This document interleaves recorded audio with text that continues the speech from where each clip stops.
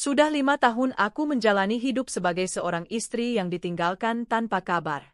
Namaku Laras, usia 31 tahun.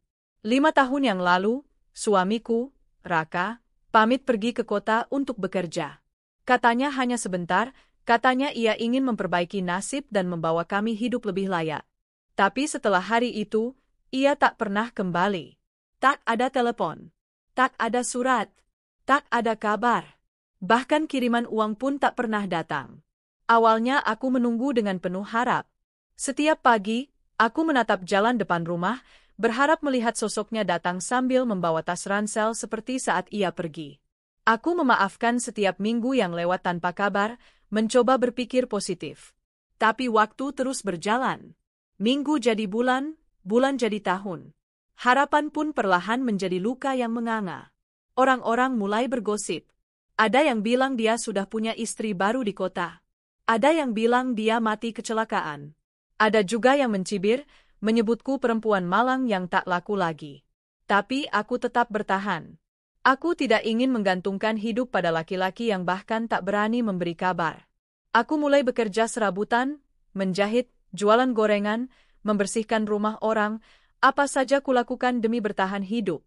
Hingga suatu sore, ketika aku sedang menyetrika pakaian di ruang tamu rumah kontrakan kecilku, tukang pos datang. Ia menyerahkan sebuah amplop putih yang harum. Nama pengirimnya membuatku terdiam sejenak. Intan, sepupuku dari pihak ibu. Kami memang jarang berkomunikasi sejak aku menikah dan pindah ke desa. Tapi kami tidak punya masalah.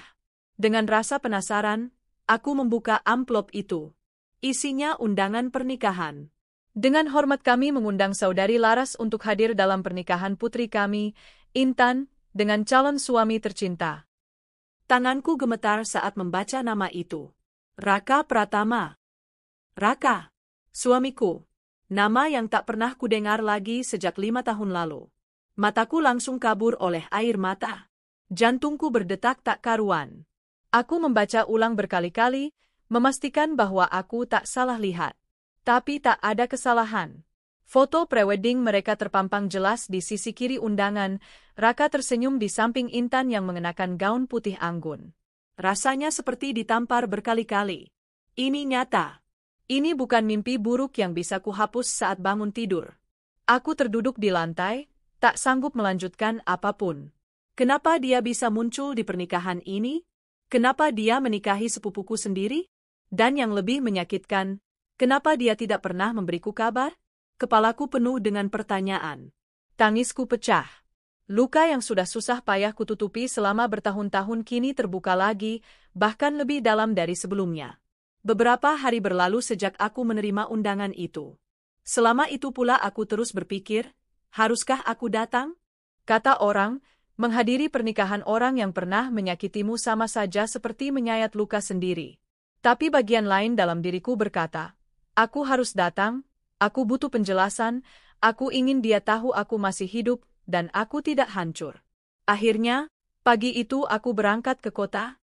Baju yang kupakai sederhana saja, gamis abu-abu dan kerudung hitam polos. Tak ada make up, tak ada riasan. Aku hanya ingin hadir sebagai diriku apa adanya. Perjalanan dari desaku ke kota memakan waktu 5 jam dengan bus. Selama perjalanan, aku diam saja. Orang-orang di sekitarku berbicara, bercanda, bahkan tertawa. Tapi aku hanya memandangi pemandangan dari balik jendela. Di kepalaku, bayangan wajah Raka dan Intan terus bermain, silih berganti. Sesampainya di kota, aku langsung menuju tempat pesta berlangsung, sebuah gedung megah bertingkat 3. Gedungnya dipenuhi bunga-bunga putih dan merah muda, balon-balon pastel, dan para tamu yang memakai pakaian elegan. Aku merasa asing. Aku merasa kecil, tapi aku tetap masuk. Aku menyerahkan undangan kepada petugas di pintu. Mereka mempersilakan aku masuk ke aula besar dengan langit-langit tinggi dan lampu kristal menggantung. Musik lembut mengalun dari panggung. Tamu-tamu duduk di meja bundar sambil menikmati hidangan. Aku memilih duduk di sudut paling belakang. Dari jauh aku melihat keluarga besar sedang duduk di depan, bercengkrama, tertawa bahagia. Di tengah-tengah mereka, tampak Intan mengenakan kebaya putih modern, dan di sampingnya, Raka. Hatiku seperti diremas. Raka terlihat sangat berbeda.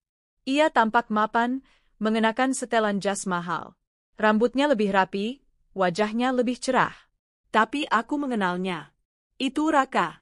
Pria yang dulu tidur beralaskan tikar bersamaku. Pria yang pamit pergi mencari nafkah tapi tak pernah kembali. Dia tertawa di samping istrinya. Seakan aku tak pernah ada. Tiba-tiba, seolah semesta sedang mempermainkan semuanya, pandangan kami bertemu. Mata Raka membelalak. Ia menghentikan tawanya. Mulutnya terbuka sedikit, lalu membeku.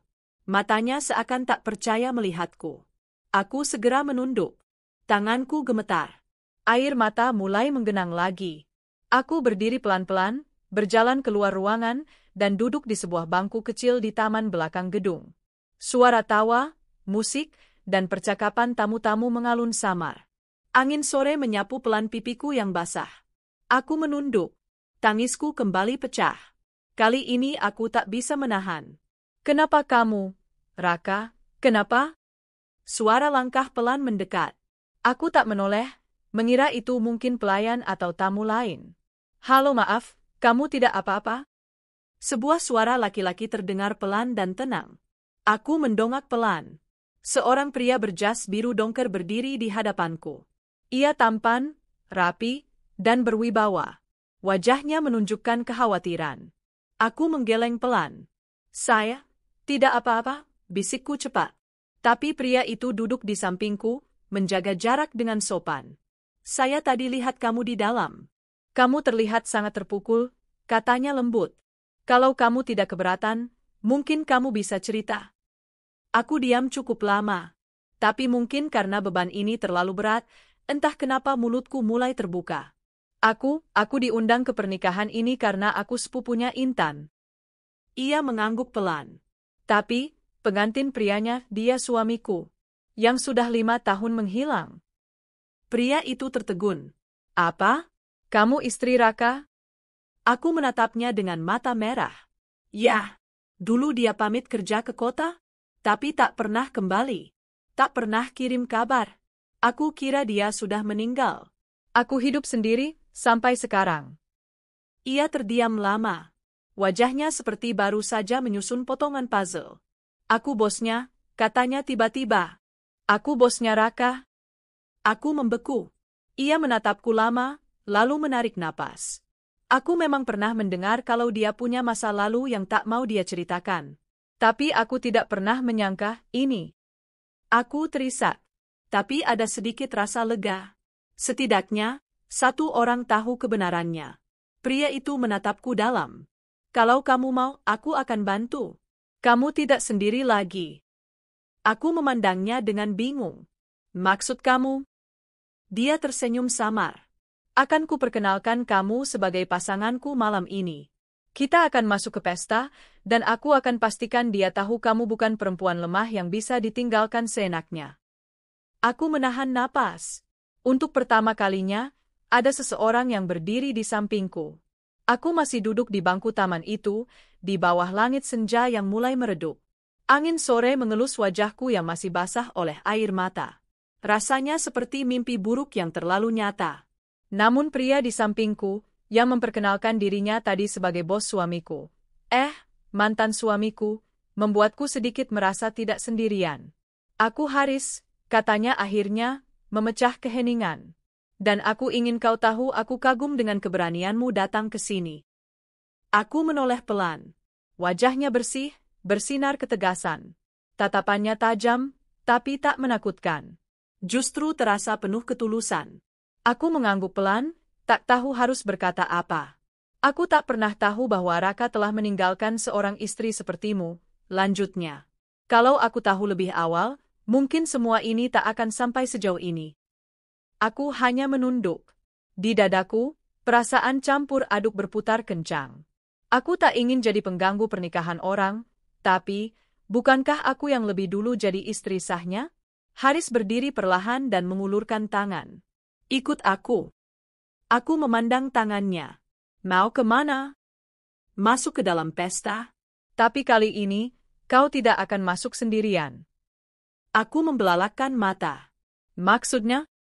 Dia tersenyum samar. kau masuk bersamaku. Kita pura-pura jadi pasangan. Aku akan pastikan Raka tahu bahwa wanita yang dulu dia abaikan kini berdiri di sisiku. Aku tercekat. Tapi, Haris, aku bukan siapa-siapa. Justru karena itu, ia memotong lembut, kau pantas mendapat penghormatan yang tak pernah dia berikan. Aku tak ingin melihatmu menangis sendirian seperti tadi. Biar dia yang merasakan sesaknya dada, seperti yang kau rasakan barusan. Aku mematung beberapa detik, lalu mengangguk pelan. Aku berdiri, menghapus air mata, dan untuk pertama kalinya, aku merasa kuat. Aku bukan hanya seorang istri yang ditinggalkan. Aku adalah wanita yang mampu bangkit, dan kali ini, aku tidak sendiri. Langkah-langkah kami menyusuri karpet merah menuju aula pesta terasa begitu panjang, tapi Haris menggenggam tanganku ringan, cukup untuk memberiku kekuatan. Para tamu yang duduk di meja-meja bundar mulai menoleh. Beberapa saling berbisik melihat aku datang bersama pria tampan berbaju formal dengan aura pengusaha sukses itu. Aku tahu penampilanku sederhana. Baju gamis abu-abu ini bahkan sedikit kusut karena perjalanan jauh. Tapi entah kenapa, saat berjalan di samping Haris, aku merasa percaya diri. Musik dari panggung mulai melambat, menandakan acara inti segera dimulai. Di pelaminan, Intan masih berdiri manis, tersenyum kepada para tamu. Tapi Raka, ya, pria itu, tiba-tiba kaku.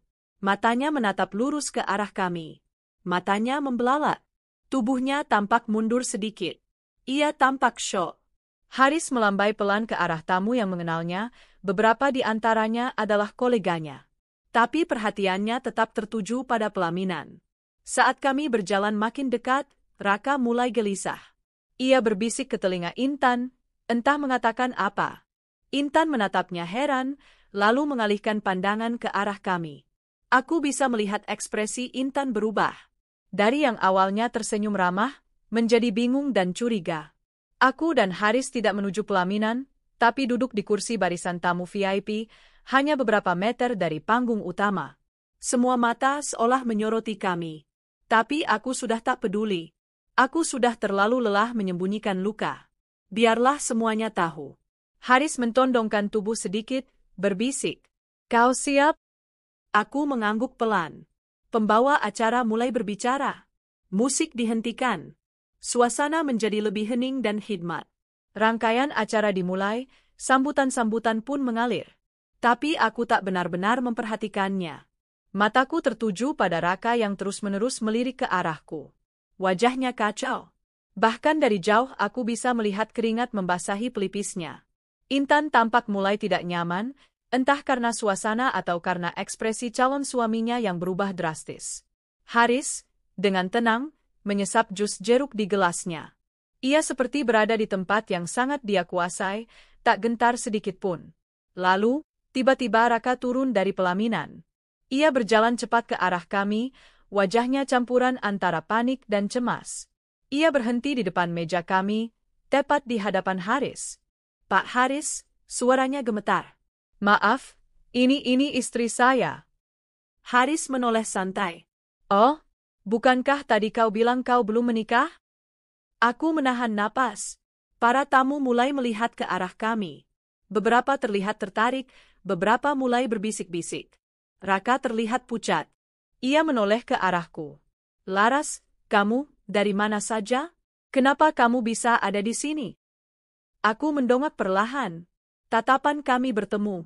Kali ini aku tidak menunduk. Aku seharusnya yang bertanya begitu. Raka, kau kemana selama 5 tahun ini? Kau pergi tanpa kabar. Aku kira kau mati. Ternyata kau hidup, dan sekarang menikahi sepupuku sendiri. Wajah Raka seperti kehilangan semua warnanya. Laras, aku bisa jelaskan, aku. Sudah cukup. Aku memotong cepat, suaraku bergetar namun tegas. Aku hanya datang karena aku diundang. Bukan untuk mengemis penjelasan. Para tamu mulai berdiri dari kursi mereka. Intan ikut turun dari pelaminan, menghampiri kami. Wajahnya panik, bingung, dan kesal. Raka, ini apa maksudnya? Siapa dia? Raka menoleh ke Intan, lalu ke aku.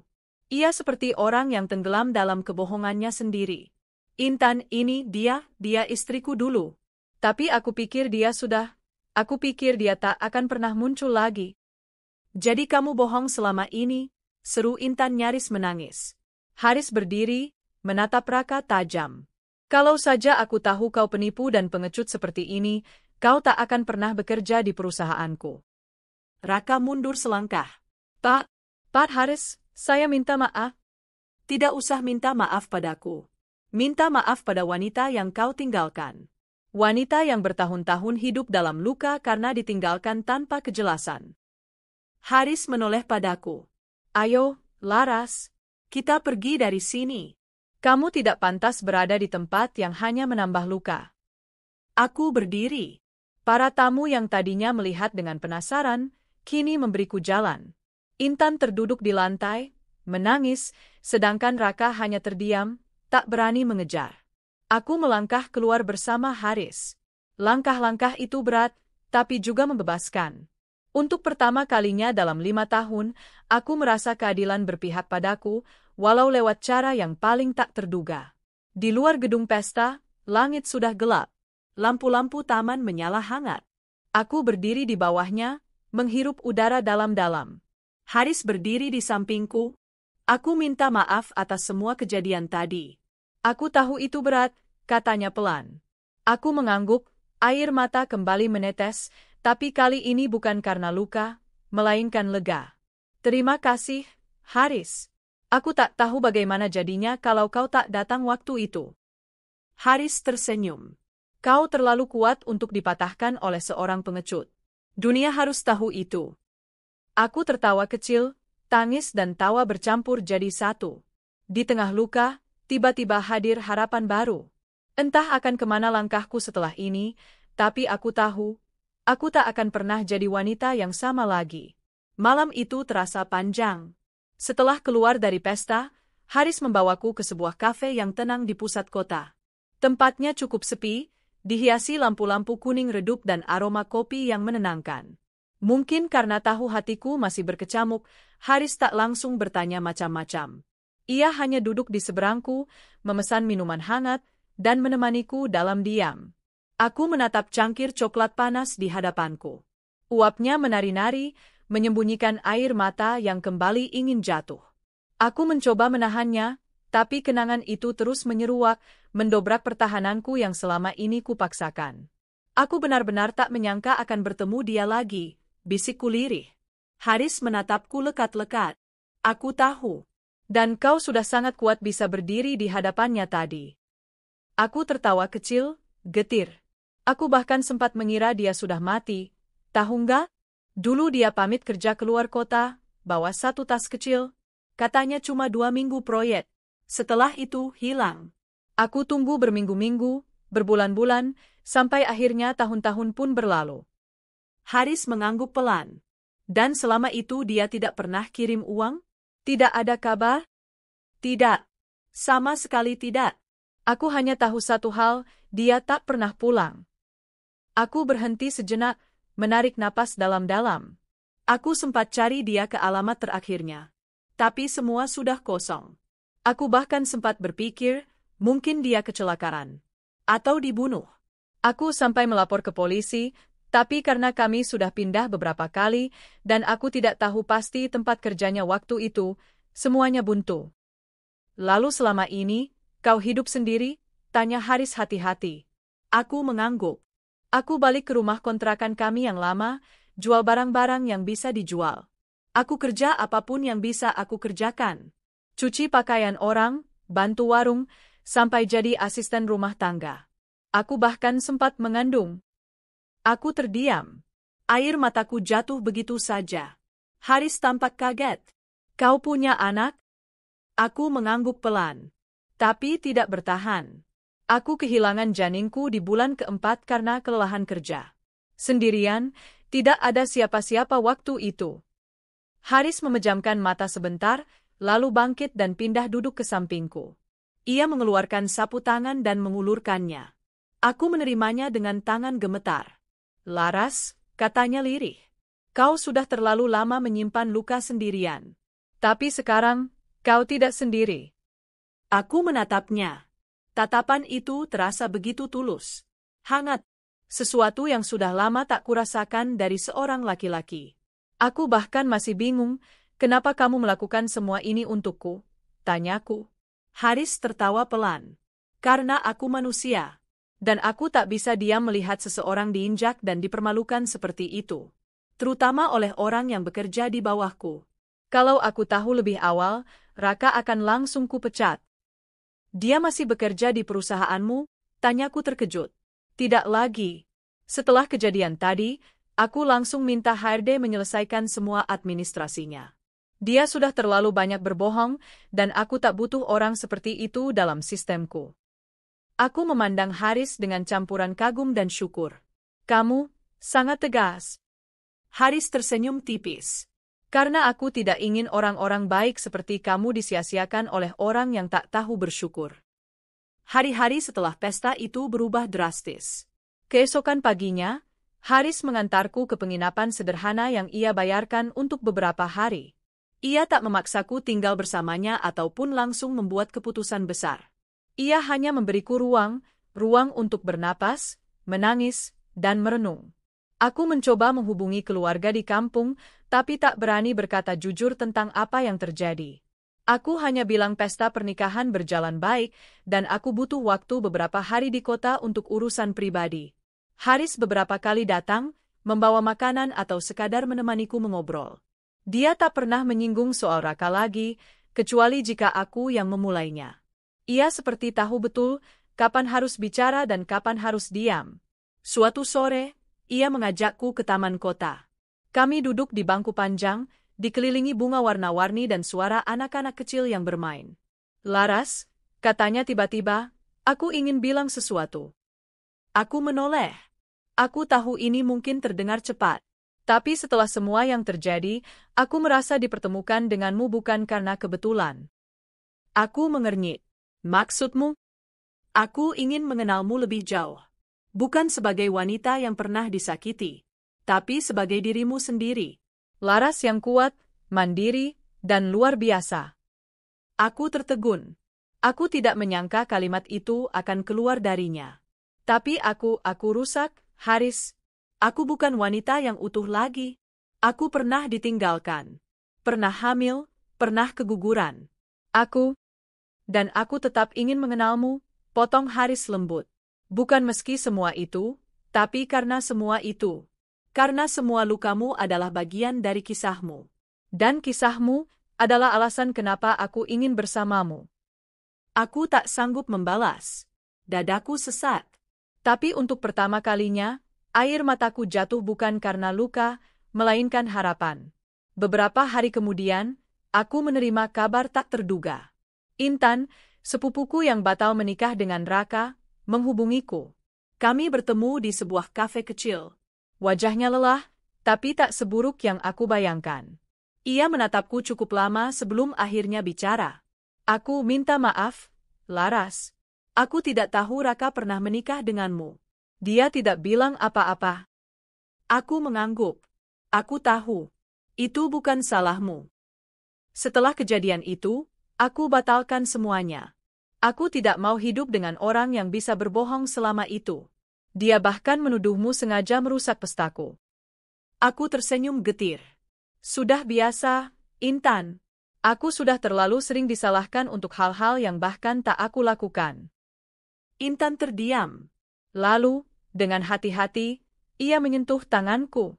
Aku dengar kamu sekarang dekat dengan Haris. Aku menegang sedikit. Iya?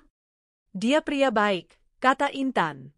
Dan kalau kamu bahagia bersamanya, aku ikut bahagia. Aku mengangguk, haru. Kamu tahu, dulu waktu kecil, aku sering iri sama kamu, kata Intan pelan.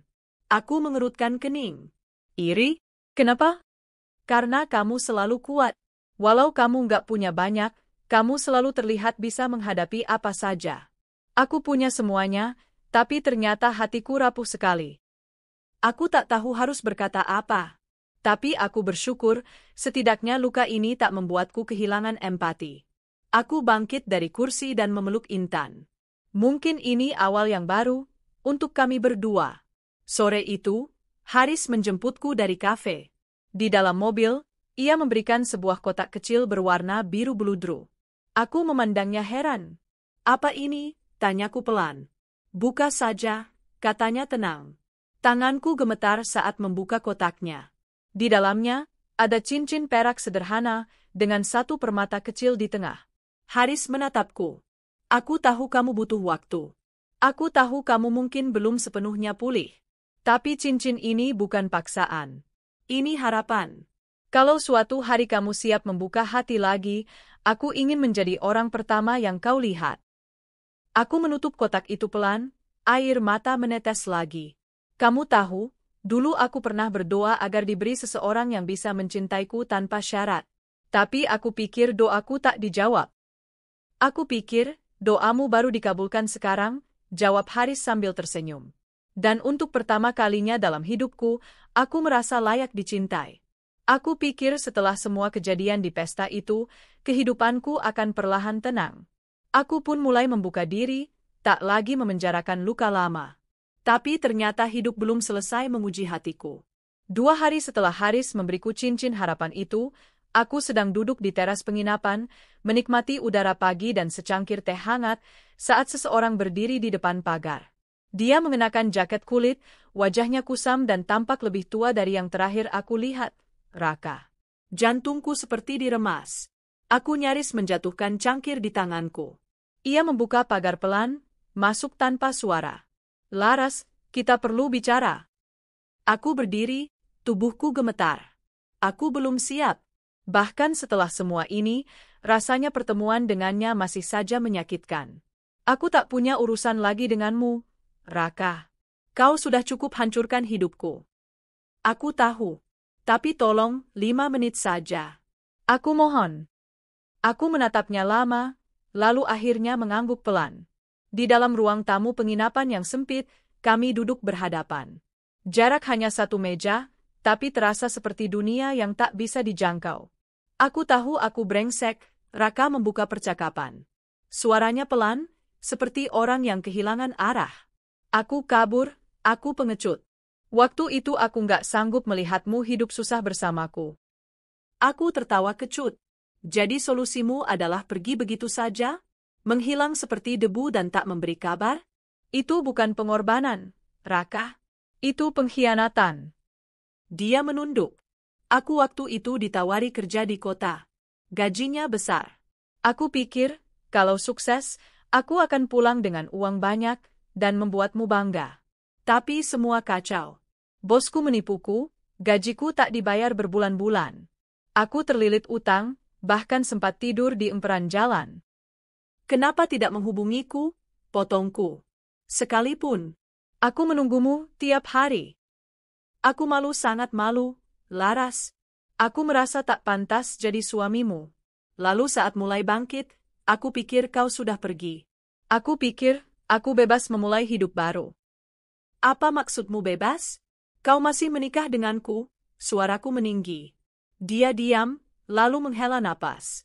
Aku tahu. Tapi aku takut. Aku pikir kamu sudah tak peduli. Dan aku jatuh cinta pada Intan. Jatuh cinta? Aku berdiri.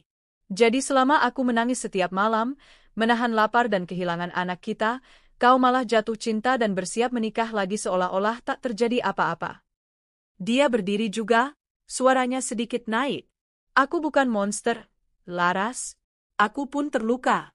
Hidupku di kota tidak mudah. Aku bekerja siang malam, dihina, dijadikan pesuruh. Lalu akhirnya aku dapat kerja di perusahaan Haris. Aku mulai hidup lagi. Dan tetap tidak menghubungiku, bisikku. Karena kenyamanan lebih penting dari tanggung jawab. Kami terdiam. Udara di antara kami pekat. Aku menunduk, air mata jatuh tanpa bisa ditahan. Aku cuma ingin minta maaf, kata Raka pelan. Aku tahu maafku tak cukup, tapi aku tulus. Aku ingin memperbaiki semuanya, kalau masih mungkin. Aku menatapnya. Untuk pertama kalinya, aku tak melihat Raka sebagai suami yang dulu aku cintai. Aku hanya melihat seorang laki-laki yang lari dari kenyataan dan kini panik saat semuanya terbongkar. Terlambat, Raka. Sudah terlalu terlambat. Beberapa jam setelah itu, Haris datang. Ia menemukan aku masih terduduk di sofa, mataku sembab. Tanpa banyak tanya, ia duduk di sampingku dan menggenggam tanganku. Dia datang, ya, tebaknya. Aku mengangguk. Apa yang dia mau? Katanya minta maaf. Katanya ingin memperbaiki semuanya. Haris menatapku, ada kekhawatiran di matanya. Kau percaya padanya? Aku menggeleng. Tidak. Aku hanya merasa lelah. Aku ingin semua ini selesai. Ia memelukku. Pelukan itu begitu hangat, seperti selimut setelah badai. Kau tidak sendiri, Laras. Apapun yang kau pilih nanti, aku akan tetap ada di sisimu. 2 hari setelahnya, Raka kembali datang. Tapi kali ini bukan untukku. Ia datang ke kantor Haris. Dan aku, karena kebetulan ikut Haris siang itu, melihat langsung bagaimana percakapan mereka berlangsung di ruang kaca. Raka berdiri di hadapan Haris, tubuhnya tegang. Pak Haris, saya mohon, beri saya kesempatan lagi. Saya akan kerja lebih keras, saya janji. Haris duduk tenang. Raka, kamu tahu saya bukan memecatmu hanya karena masalah kerja. Tapi karena kamu berbohong. Kamu sembunyikan pernikahanmu, kamu perlakukan mantan istrimu seperti debu. Di perusahaanku, saya tak butuh orang seperti itu. Saya butuh pekerjaan ini. Kau butuh bertanggung jawab, bukan pekerjaan. Kalau benar ingin memperbaiki semuanya, mulai dari hati yang pernah kamu hancurkan. Raka terdiam. Matanya menoleh ke arahku yang berdiri di balik kaca. Kami bertatapan. Tapi tak ada lagi amarah, tak ada juga cinta. Hanya hampa. Haris berdiri. Dan satu hal lagi, Raka, jangan pernah dekati Laras lagi tanpa izinnya. Dia sekarang bukan milik siapa-siapa, tapi dia berhak atas ketenangan yang tak kau beri dulu. Malamnya, Haris mengajakku makan malam di restoran pinggir danau. Tempatnya tenang, penuh cahaya lilin dan alunan musik klasik. Kami duduk di tepi jendela, memandangi cahaya kota yang berkilau di permukaan air. Aku merasa aneh, kataku sambil mengaduk jus. Kenapa? Tanya Haris. Seharusnya aku marah, kecewa, atau bahkan takut. Tapi sekarang aku hanya merasa lega. Haris tersenyum. Karena luka itu sudah keluar dari hatimu. Dia sudah tak menguasaimu lagi. Aku memandangi wajah Haris. Matanya selalu tenang, seperti pelabuhan setelah badai. Aku masih ingat malam pertama kami bertemu. Aku menangis di pojok ruangan, seperti orang asing dalam hidupku sendiri. Tapi Haris datang, dan tanpa banyak tanya, ia menggandengku keluar dari kegelapan itu. Kalau aku bilang, aku mulai mencintaimu, apa kamu akan takut? Tanyaku perlahan. Haris tersenyum, lalu memegang tanganku. Kalau kamu bilang begitu, maka aku akan bilang, aku mencintaimu lebih dulu. Aku tertawa kecil, air mata menggenang. Bukan karena sedih, tapi karena bahagia yang perlahan-lahan tumbuh kembali dalam dadaku. Beberapa minggu berlalu. Aku memutuskan untuk tinggal lebih lama di kota. Haris membantuku mencari tempat tinggal yang layak, dan aku mulai bekerja di bagian sosial perusahaan miliknya. Ternyata, selama ini mereka punya program bantuan perempuan yang ditinggal suami, dan aku, tanpa sadar, adalah salah satu wajah dari perjuangan itu. Setiap hari, aku membantu perempuan-perempuan lain yang mengalami hal serupa denganku. Kami saling menguatkan, saling mendengarkan kisah masing-masing. Dan di dalam semua luka itu, aku belajar bahwa aku tak sendiri. Dan aku tak gagal. Haris semakin sering menemaniku. Dia bukan hanya pasangan, tapi juga sahabat, rekan kerja, dan penopang dalam hidupku yang baru. Suatu hari, saat kami sedang mengadakan kegiatan bakti sosial di daerah pinggiran kota, Haris menarik tanganku ke taman kecil di belakang balai desa. Laras, aku tidak akan memaksa. Tapi hari ini, aku ingin tahu, apakah kamu sudah siap menjawab pertanyaanku? Aku memandangnya. Pertanyaan apa? Ia mengeluarkan kotak biru itu lagi. Cincin yang dulu hanya harapan, kini kembali mengisi ruang antara kami. Bukan lagi pura-pura jadi pasangan. Bukan lagi sekadar menenangkanmu. Tapi benar-benar ingin bersamamu. Laras, maukah kamu jadi pendampingku? Resmi, tanpa pura-pura. Aku terdiam. Tapi hanya sebentar. Karena kali ini, aku tahu pasti apa jawabanku. Iya, aku mau. Aku pikir setelah pertunanganku dengan Haris, semua akan berjalan mulus. Tapi aku lupa satu hal, masa lalu tak selalu pergi begitu saja. Kadang, ia datang kembali bukan dalam bentuk orang yang sama, tapi melalui tatapan sinis, bisik-bisik tajam, dan penilaian yang tak pernah adil. Hari itu, aku dan Haris diundang dalam acara keluarga besar milik tanteku, keluarga yang sama dengan saudara jauhkulah, si pengantin wanita yang menikahi mantan suamiku, Raka. Awalnya aku tak ingin datang, tetapi Haris membujukku dengan tenang, jika kamu ingin benar-benar lepas dari luka itu, jangan terus lari. Hadapi mereka. Tapi kamu tidak sendiri. Aku ada di sampingmu. Akhirnya aku mengenakan dress pastel sederhana, rambutku disanggul rapi, dan Haris dengan jas kelabunya menggandengku masuk ke aula besar tempat acara berlangsung. Semua mata langsung tertuju padaku. Beberapa mengenaliku, sisanya mengenal Haris, bos kaya raya yang kini tiba-tiba membawa seorang wanita sederhana sebagai tunangannya. Dan seperti yang kuduga, ada suara-suara berbisik di belakang. Itu Laras ya? Yang dulu ditinggal suaminya? Kok bisa ya dia sama Pak Haris? Jangan-jangan cuma numpang nama. Tapi dia tuh dulunya kayak pembantu, kok sekarang malah kayak nyonya besar. Aku menarik napas panjang dan menggenggam tangan Haris lebih erat. Ia menoleh, lalu berbisik, lihat aku, jangan dengarkan mereka. Kami duduk di meja depan, tak jauh dari meja keluarga inti. Dan seperti panggung sandiwara, muncullah Raka dengan istrinya yang baru. Intan. Mereka duduk tak jauh dariku. Matanya sempat menatapku, lalu buru-buru mengalihkan pandangan. Acara makan dimulai, lalu sambutan-sambutan panjang. Aku mencoba menikmati hidangan, meski selera makanku nyaris hilang karena tekanan suasana. Sampai akhirnya, salah satu kerabat tua, Om Ranu, mendekat ke meja kami. Laras, ya, katanya sambil menatapku dari ujung kepala sampai kaki. Aku tersenyum sopan. Iya, Om. Kamu sekarang sama Pak Haris? Wah, hebat juga ya kamu. Beruntung sekali. Haris menjawab cepat, saya yang beruntung bisa bertemu Laras. Om Ranu tertawa. Tapi kamu tuh yang dulu katanya ditinggal suami, kan? Sampai hampir gila nyariin dia. Terus katanya kerja nyuci baju orang. Aku tercekat. Wajahku memerah. Tapi Haris dengan tenang meletakkan garpunya dan menatap lurus ke Om Ranu. Om, saya tidak anggap pekerjaan Laras dulu sebagai sesuatu yang memalukan. Justru saya bangga. Perempuan yang tetap bertahan, tetap bekerja keras meski ditinggal suami, dan tidak menyusahkan orang lain, itu perempuan luar biasa. Om Ranu seperti kehabisan kata. Ia hanya tertawa kaku lalu segera berlalu. Tapi suasana di meja jadi lebih kaku dari sebelumnya.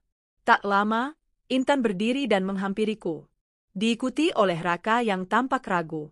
Laras, sapa Intan dengan senyum dingin. Sudah lama ya? Wah, kamu sekarang sudah berubah. Nggak seperti dulu yang lusuh banget. Aku tersenyum. Begitu ya?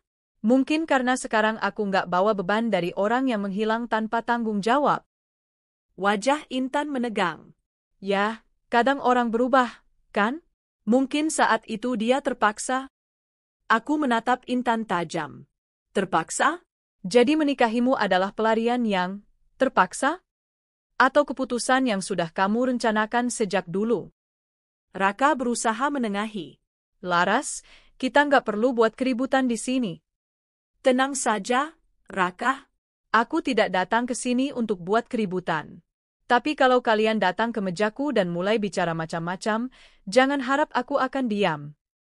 Seketika itu, beberapa orang mulai memperhatikan kami. Haris bangkit dan berdiri di sampingku. Kalau kalian ingin bicara, silakan bicara di tempat yang lebih sopan. Jangan mengganggu makan malam tunanganku. Kata-kata itu seperti palu besar yang menghantam kepala Raka dan Intan.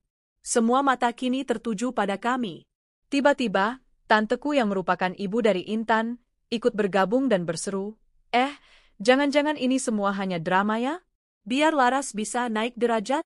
Mumpung ketemu pria kaya, langsung pura-pura tunangan. Aku berdiri.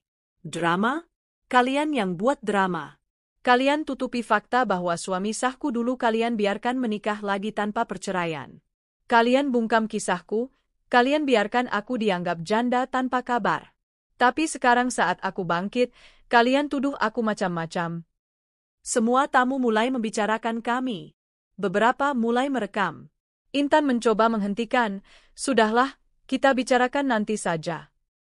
Namun Haris justru menggandeng tanganku ke tengah ruangan dan memegang mikrofon di podium. "Maaf, Bapak Ibu sekalian. Kami tak berniat mencuri acara. Tapi saya pikir, sudah saatnya kebenaran tidak lagi disembunyikan." Ia menatap semua tamu dengan tenang. Laras adalah istri sah dari Raka. Saat Laras ditinggal tanpa kabar, ia berjuang sendirian. Tidak ada bantuan dari pihak keluarga ini. Tidak ada yang peduli padanya. Dan saat akhirnya ia mulai menemukan cahaya baru, justru ada yang ingin menjatuhkannya kembali dengan fitnah dan penghinaan. Ruang jadi hening. Saya Haris, CEO tempat Raka bekerja. Saya menyaksikan sendiri bagaimana Laras berusaha bangkit, bukan hanya untuk dirinya, tapi untuk banyak perempuan lain yang terluka. Dan saya berdiri di sini, sebagai pria yang mencintainya, dan bersaksi bahwa saya akan menikahinya bukan karena kasihan, bukan karena status, tapi karena Laras adalah perempuan luar biasa. Beberapa tamu mulai bertepuk tangan. Ada yang berbisik pelan, ada juga yang tampak kagum. Wajah tanteku pucat. Intan tampak hampir menangis. Raka menunduk. Aku berdiri di samping Haris, air mata jatuh perlahan. Tapi kali ini bukan tangis luka. Ini tangis kemenangan. Setelah bertahun-tahun dihina, dilupakan, dan dihakimi, hari ini aku berdiri di tempat yang tak pernah kubayangkan. Bukan sebagai korban, tapi sebagai perempuan yang berhasil bangkit dan membuat mereka semua melihatku, bukan lagi sebagai bayangan masa lalu, tapi cahaya yang kini bersinar. Acara malam itu menjadi pembicaraan hangat selama berminggu-minggu. Beberapa keluarga mulai mengirimiku pesan minta maaf. Ada yang dulu mengejek, kini mengaku salut dan bahkan meminta Laras berbicara di komunitas perempuan mereka. Dan Raka? Ia tak pernah muncul lagi. Haris sudah menonaktifkan namanya dari perusahaan, dan kabarnya ia pindah ke luar kota bersama Intan. Mereka menghindar dari malu yang mereka ciptakan sendiri. Sementara aku dan Haris, kami semakin erat. Kami menyusun rencana pernikahan kecil, sederhana, namun penuh makna. Tidak mewah, tapi hangat. Kami ingin undangan terbatas, hanya orang-orang yang benar-benar peduli. Satu sore, Haris menatapku dan berkata, "Kau tahu, aku bangga padamu, Laras.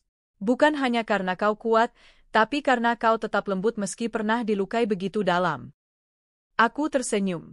Dan aku bersyukur pernah dihancurkan. Karena dari sana, aku belajar membangun diriku dari awal. Tanpa kebohongan. Tanpa sandiwara. Dia mengecup keningku. "Kita tutup semua luka lama itu, ya?" Aku mengangguk. "Dengan cinta, kita sembuhkan semuanya." Hari-hari setelah acara keluarga itu seperti angin yang berhembus ringan. Hati yang dulu sesak kini perlahan mulai lapang. Namun tetap, ada bagian dari diriku yang belum sepenuhnya tenang. Luka lama yang pernah ditorehkan Raka memang sudah kubiarkan sembuh, tapi masih ada serpihan pertanyaan yang belum terjawab. Mengapa dulu dia pergi? Haris tampaknya tahu aku masih menyimpan rasa tak tenang. Suatu malam, saat kami duduk di beranda rumahnya sambil menikmati teh hangat, ia menatapku dengan lembut. "Laras, kalau kamu ingin bicara dengan Raka, aku tak akan melarang." Aku terkejut. Bicara dengan Raka? Bukan untuk kembali, tentu saja.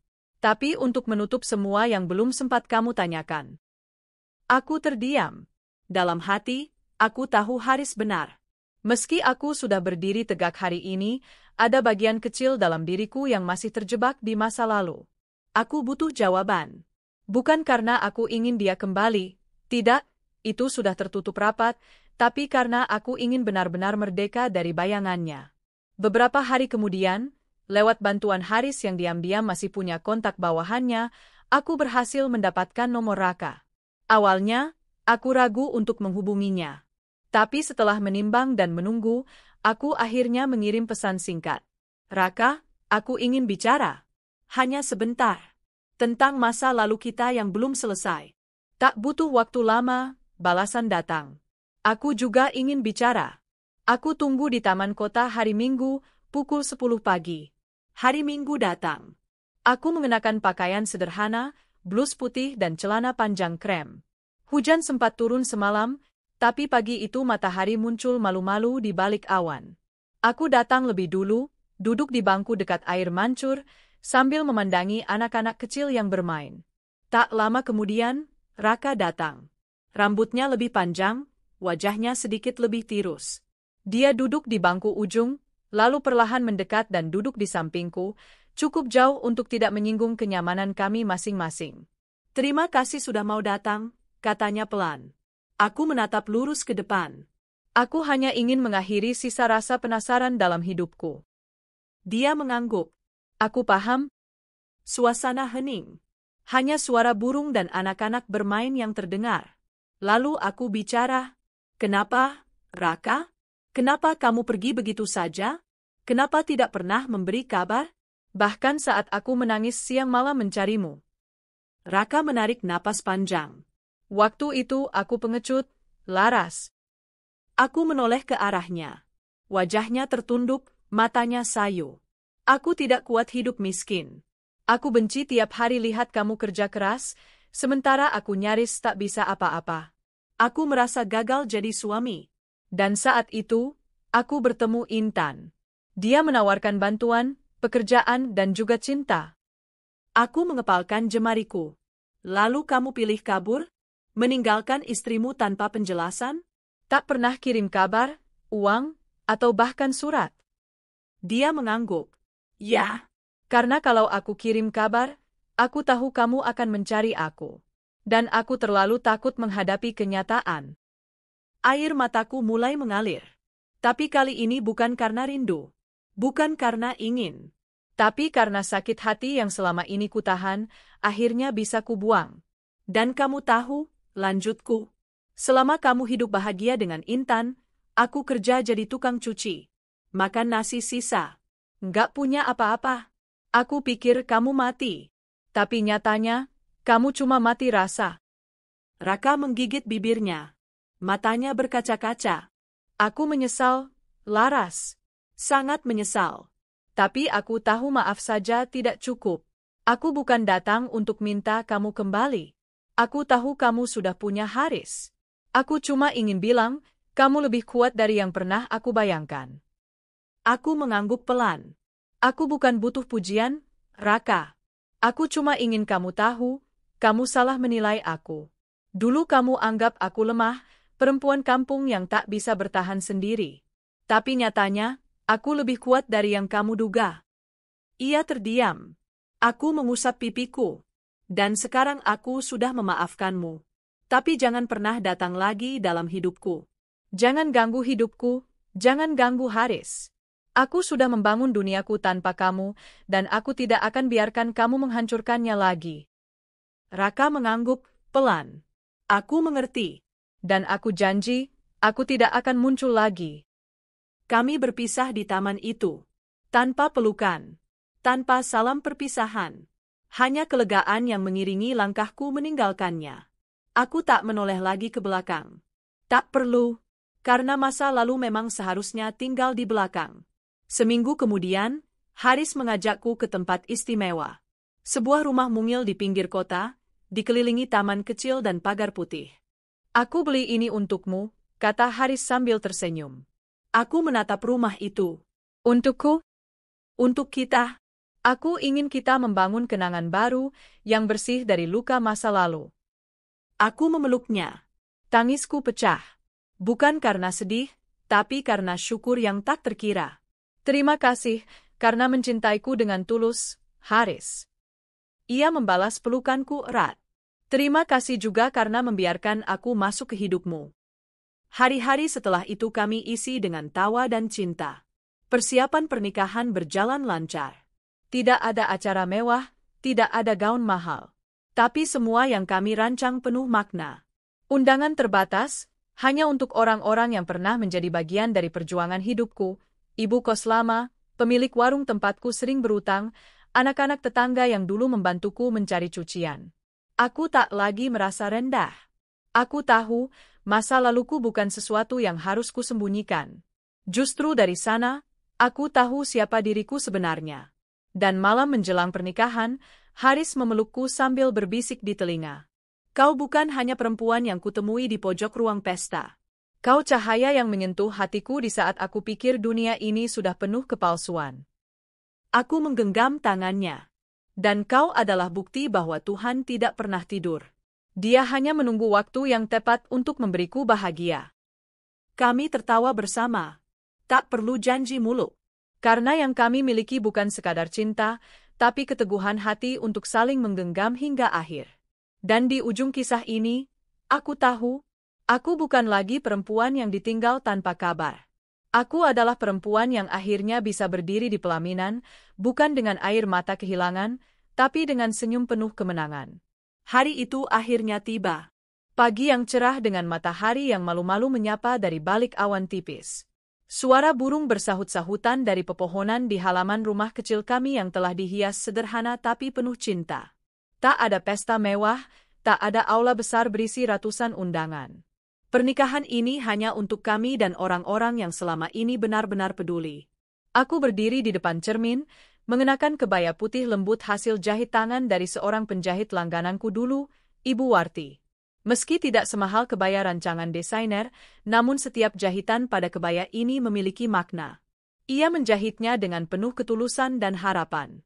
Untuk perempuan kuat seperti kamu, Laras, katanya waktu itu sambil menahan air mata. Rambutku disanggul sederhana, dihias melati yang masih segar dari taman. Tak ada make-up tebal, hanya polesan lembut yang membuatku merasa tetap menjadi diriku. Saat aku menatap bayangan di cermin, aku hampir tak mengenali perempuan itu. Bukan karena penampilan, tapi karena ketenangan di matanya. Dulu mataku penuh tangis dan luka, kini hanya ada harapan dan kedamaian. Tak lama kemudian, ibu kos yang selama ini kuanggap sebagai ibuku sendiri, masuk ke kamar. Ia menatapku dengan mata berkaca-kaca. Kamu cantik sekali, Nak Laras, seperti bidadari, ucapnya lirih. Aku tersenyum sambil memeluknya erat. Terima kasih karena dulu tak pernah membuangku, Bu. Karena ibu, aku bisa bertahan. Ia mengusap air mataku dengan lembut. Hari ini kamu menikah dengan laki-laki yang mencintaimu. Tapi bagiku, kamu sudah menang sejak lama. Karena kamu tidak pernah membenci hidupmu.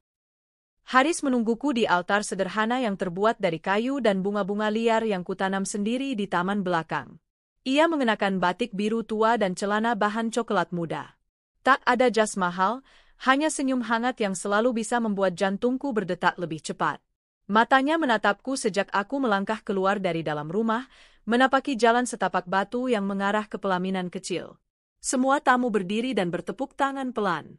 Di antara mereka ada ibu kos, ibu warung, anak-anak kecil yang dulu sering membantuku mengangkat cucian, dan beberapa teman lama yang kini tahu siapa aku sebenarnya.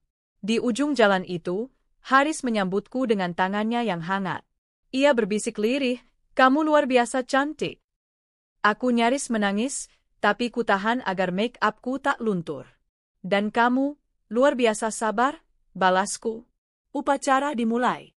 Seorang penghulu sederhana dari kampung Haris memimpin akad dengan hikmat. Haris mengucap ijab kabul dengan lantang dan mantap. Tanganku gemetar saat cincin melingkar di jari manis kiriku. Sebuah cincin yang bukan sekadar lambang ikatan, tapi simbol dari perjalanan panjang yang akhirnya menemukan muaranya. Tepuk tangan membahana, disusul sorakan bahagia dari anak-anak. Aku menoleh ke arah mereka, melihat mata-mata berbinar penuh haru. Tak sedikit yang meneteskan air mata, termasuk aku. Setelah prosesi selesai, kami duduk di kursi pengantin sederhana. Bukan singgasana mewah, hanya bangku panjang dari rotan yang dihias kain putih dan bunga-bunga kertas buatan anak-anak. Seorang anak kecil tiba-tiba datang menghampiri kami dengan malu-malu sambil membawa sebuah buku lusuh. Kak Laras, ini kado dari aku. Maaf nggak bisa beli yang bagus. Aku tertegun. Buku itu adalah buku tulis, tapi di dalamnya penuh dengan gambar-gambar. Gambar aku sedang mencuci, gambar aku menangis di bawah hujan, lalu ada gambar aku memakai gaun dan berdiri di altar. Ini aku gambar semua. Karena aku tahu Kak Laras itu kuat, dan akhirnya Kak Laras bahagia. Jadi aku gambar Kak Laras jadi pahlawan. Air mataku pecah. Aku memeluk bocah itu sambil berkata lirih, "Terima kasih, Dek. Kakak akan simpan buku ini seumur hidup." Haris merangkulku. Ia juga tampak terharu. Ini hadiah paling indah hari ini. Beberapa saat kemudian, sebuah mobil hitam berhenti di depan rumah. Dari dalamnya turun seseorang yang tak kusangka akan datang, Intan. Ia berjalan perlahan, mengenakan pakaian rapi namun tak seanggun dulu. Wajahnya tampak lelah. Di belakangnya, Raka ikut turun, tapi berhenti di ujung jalan. Semua orang menoleh. Beberapa mulai berbisik. Aku dan Haris saling pandang, lalu aku berdiri. Intan mendekat dan berhenti beberapa langkah dariku. Aku tahu ini bukan tempatku, tapi aku ingin mengucapkan selamat. Dan minta maaf.